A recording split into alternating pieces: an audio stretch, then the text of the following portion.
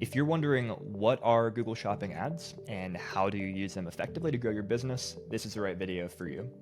Hey, this is John, William, and Becky from StubGroup. We are experts at running Google Shopping campaigns. We have run millions and millions of dollars worth of ad spend for many, many clients over the past close to a decade at this point. And in this video, we're going to try and provide some helpful information, whether you're beginner, intermediate, or advanced in the Google Shopping space. We're going to explain the basics of what are Google Shopping ads, and we're also going to get into some more of the advanced tips when it comes to creating those, optimizing those, and ultimately making money from them. So, Will, could you go ahead and just kind of kick things off here, explaining high level what are Google Shopping ads? Yeah. The shopping ads, as you may have seen, are the results that populate when you search for an item or a product on Google, and it's going to be on the first search results that you see. You'll see there's a bar across the top. So if you search for, a doghouse, the first bar that you'll see across the top will have a product image. You'll see the product title, maybe a part of a product description there. Those will also show on Google's shopping page, so you can click over on the next one there off of the initial search results page, and you'll see a whole list there of different items, different advertisers that are offering products that match what you searched. Now, even though those show up on the search results page that you would see all of the regular Google results on, shopping ads do not utilize keywords. So when you search for something, it's not because an advertiser added a bunch of relevant keywords they thought would be appropriate. It's because of what was showing in the title, what was showing in the description, which is pulling from Google Merchant Center and the product feed that you have there. So a couple things that are important in order to run Google Shopping ads is a product feed where you're going to have all of the product information, the title, the description, the link to the product page on your website, other things like other attributes such as size, color, depending on what the product is. If it's apparel, there'll be different attributes that are going to be important there, such as gender, size, etc. If it's jewelry, all those have different things that Google needs to see in order to show those product ads. So once you have that feed built out, that can be done manually in a spreadsheet. It can be something that's hosted directly on the back end of your website, like Shopify, BigCommerce, etc. And then that will be linked to a separate account called Google Merchant Center, which is the home for all of that information.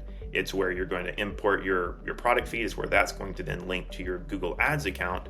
And that's where you're going to incorporate that into different campaigns. There's a couple different campaigns in particular that are going to allow you to show shopping ads. That's going to be Performance Max, which will show those shopping ads. It'll show those in different places.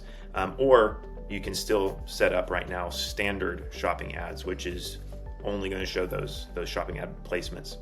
And then that will allow you to run those and be able to manage those. So those are a few things that you need in order to set that up. And two questions. So what type of business would want to run Google Shopping ads? And do you like Google Shopping ads? Do you see good performance? Are there many situations where you would not recommend using them? So shopping ads are something that you're going to want to use as an e-commerce or a retail business. These product ads are specifically intended for people that have typically physical products that you want to sell and be able to ship to consumers. There's also an element with shopping ads where you can actually show inventory that you may have available locally as well. But at the same time, it's an actual product. It's a doghouse, it's a toy, it's shoes, apparel, things like that. So typically this is going to be one of the go-to ad types for e-commerce businesses, so that when a customer is looking for this exact thing that you offer and be able to answer that pain point that they have, it's going to usually show them because of the product image, the product description, title, all that's going to populate very visibly for them. And so that's who's going to want it's not going to make sense for you to try and use this if there's not an e-commerce element to your business or a retail element to your business. If you were in the service industry, there's not a good fit for this for you. Even typically most virtual products, there may be ways that you can utilize this, but in a lot of ways it's it's not going to be available. So you would have to dig into that a little bit more, or ask us so that we can help you see if that would be a good fit for you. Yeah, so if you're a plumber, not going to work. If you have a shopping cart on your website, you're selling physical products, probably a good fit. And like you mentioned, sometimes there's some virtual products as well, subscriptions and things that do work, some don't. So there you want to dig into those nuances. Awesome. Becky, what are some of the questions that you hear people asking about shopping ads when you speak to them during kind of our sales process? Yeah, there's a couple of different things that get asked pretty commonly. I'll start off with a less common one initially, and then I'll fill you in on the second one after that. So one thing that people do ask occasionally is about the customizable type of product. Are you able to run Google Shopping ads for a product that you may have to customize in order to complete the checkout process with? Yeah, that's a great question. And the short answer is yes, you can. For example, we work with clients who do customized promotional gear for companies. So, get your logo on your hat. You can absolutely advertise that as long as people are able to add that product to their cart on your website and check out. So Google requires, in order to run Google Shopping, you have to have a checkout process that works on your website. Now, it's also okay if, let's say you're advertising products in bulk and a lot of people are going to call you up and say, hey, what's your bulk discount if I buy, 5,000 of this product? You can do that too, as long as it's possible for them, if they wanted to place an order through your website. Then you're able to run those shopping ads. And we have a lot of clients where we kind of do this mix of almost lead generation from shopping campaigns when there's that customizable aspect or that, bulk aspect. For example, we've got a client that we're working with in the luxury watch timepiece space. Most people are not going to purchase a $100,000 watch through the website, but technically it's possible. And so we could run shopping campaigns for that client, even though we know that then they're probably going to call up and talk to a salesperson, want to go look at the watch in person and, check it all out before they make a purchase. Great. What about people that are selling their products on Amazon and you have to go to another website such as Amazon or Etsy in order to actually purchase the product? Can you run Google Shopping ads for that? So you can run ads to other links, but you're not going to be able, there's a lot of limitations to doing things like that. So you will see results populate on Google Shopping for Amazon, eBay, Etsy, but when they're not hosted on your website, then there's limitations to what you can and can't do there. Yeah, basically the way to think about it is with shopping, you can literally only one advertiser can run shopping ads per domain. So for just regular search ads, you could have 10 different people, well, there's thousands of different people, probably tens of thousands, sending traffic to Amazon from search ads, and that's okay. But from shopping, if Amazon, the only person who could actually run shopping ads is Amazon, because you can only have one claimed merchant center per domain, which means you can only run one set of shopping campaigns per domain. So if you are an advertiser who has your own website and also sells on Amazon, you can only run shopping ads for your website, but you could run text ads for your website and also pointing to Amazon if you wanted to send traffic to Amazon. You've got more options on everything else than shopping. Shopping is a little bit less optionated. Yeah. Awesome. I guess the one other thing that I think comes up quite a bit is the difference between Google Shopping ads and the free shopping listings that you can get by having a merchant center. So could you explain the difference in those two things to me? Absolutely. So Google loves what they call structured data, and so they encourage merchants to basically send them a feed that they can then use in just the free organic results on Google. So you can have a merchant center, you can send your product feed with your information about title, price, availability, etc. You can send all that to Google, and you don't have to necessarily pay them any money if you're not showing ads. You can still send that information to Google, and then that enables you to get these free organic listings with Google, where Google's referencing all of this up-to-date information that you're providing. Now, you're usually not going to get nearly as much traffic, from free listings as if you put ad spend behind it. So it's kind of a nice supplement, and it can be a good traffic source for some businesses. Obviously, it depends on your organic ranking. But then when you want to say, okay, now I actually want those shopping ads, and I want to push and get more traffic to my website, then you can use the exact same feed and the exact same Google Merchant Center, and then you send the information from Google Merchant Center over to your Google Ads account. That's where you build the actual shopping campaign, and you tell Google, here's what I'm willing to spend, here's the products I want to advertise, and you're off to the races in terms of putting ad spend behind those product listings. Awesome. Yeah, a lot of people get confused on the difference in that, especially if they aren't putting money behind their ads. How come their products are showing up? So that's something that I think is super important for them to understand. I think the only other thing that comes up quite a bit is the idea of product feed management tools. Do we recommend using one? If we do, what's the value in having a product feed management tool working with your merchant center? Yeah, so think about it this way. So you've got your website that has all your product information. You have a back end to that website. It might be Shopify, Magento, BigCommerce, something custom. And that's kind of where all the data exists. And so somehow you need to send that data to Google Merchant Center. And then from Google Merchant Center, Google sends it over to your Google Ads account for the campaigns you're running. So there's different ways you can get that data from your website to Merchant Center. A lot of the big e-commerce platforms like Shopify, for example, have direct integrations where you can just directly integrate and send the data from Shopify to Merchant Center. And then there's also third-party tools such as Datafeed Watch, for example, that can kind of play a middleman between, let's say, your Shopify website and your Merchant Center. Why would you use a middleman?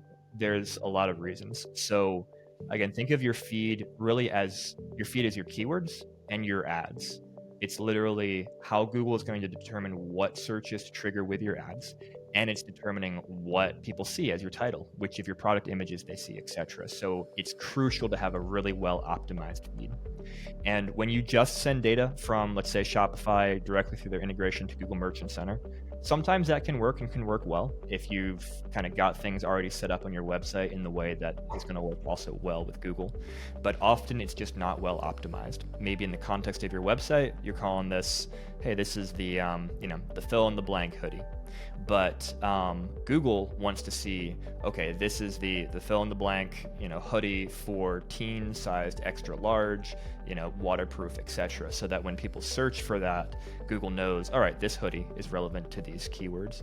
And so we often use third-party tools like Datafeed Watch is what we typically use to optimize and craft that product data so that we are giving our clients an edge above their competitors who aren't doing that. And we're getting in front of the right traffic, and we're having more compelling and more accurate product listing ads to attract that traffic to their website and ultimately close that sale through their website.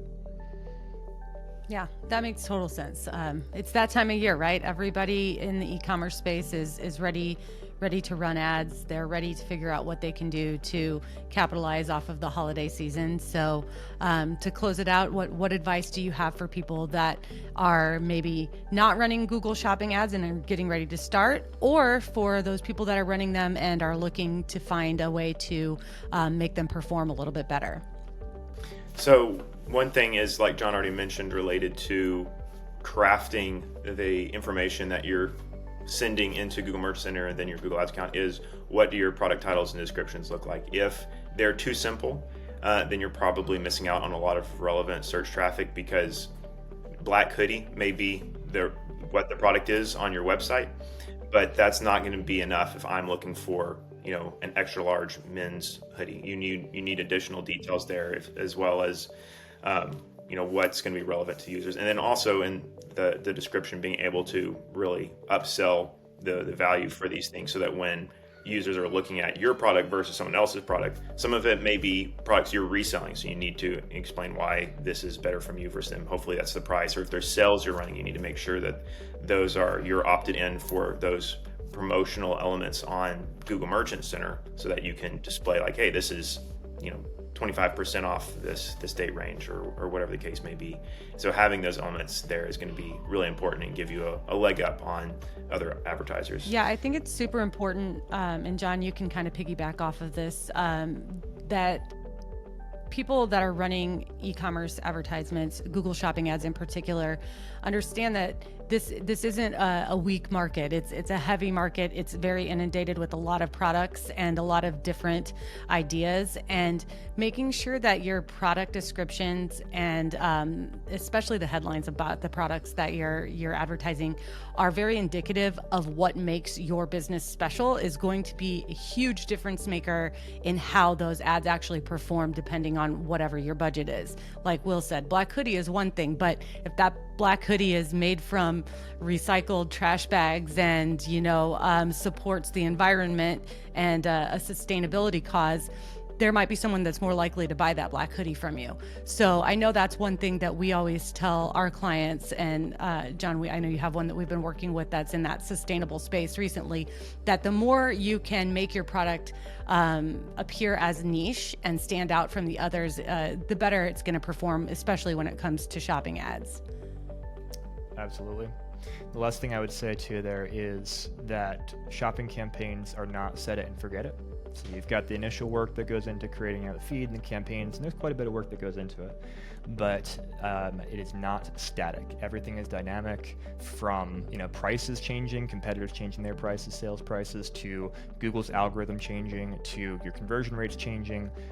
It's something that needs to be very closely monitored and optimized, and that's a big part of what we do. Obviously, after we get campaigns launched, that's just the first step. Then it's about, all right, how do we achieve success, meet our clients' KPIs, and keep improving, keep scaling, keep getting more revenue and more profit in the door. So thank you so much for watching. We are going to put some videos around about Performance Max campaign optimizations. We'll probably have a link in the description about how to set up your merchant center properly so that you do not get it suspended, because that happens a lot for new advertisers who don't know what they're doing and they run into dangerous waters with Google. So we'll put those links around on the screen in the description, and please subscribe if you found this helpful and you want more information about how to dominate Google Ads online. Thanks so much. Take care.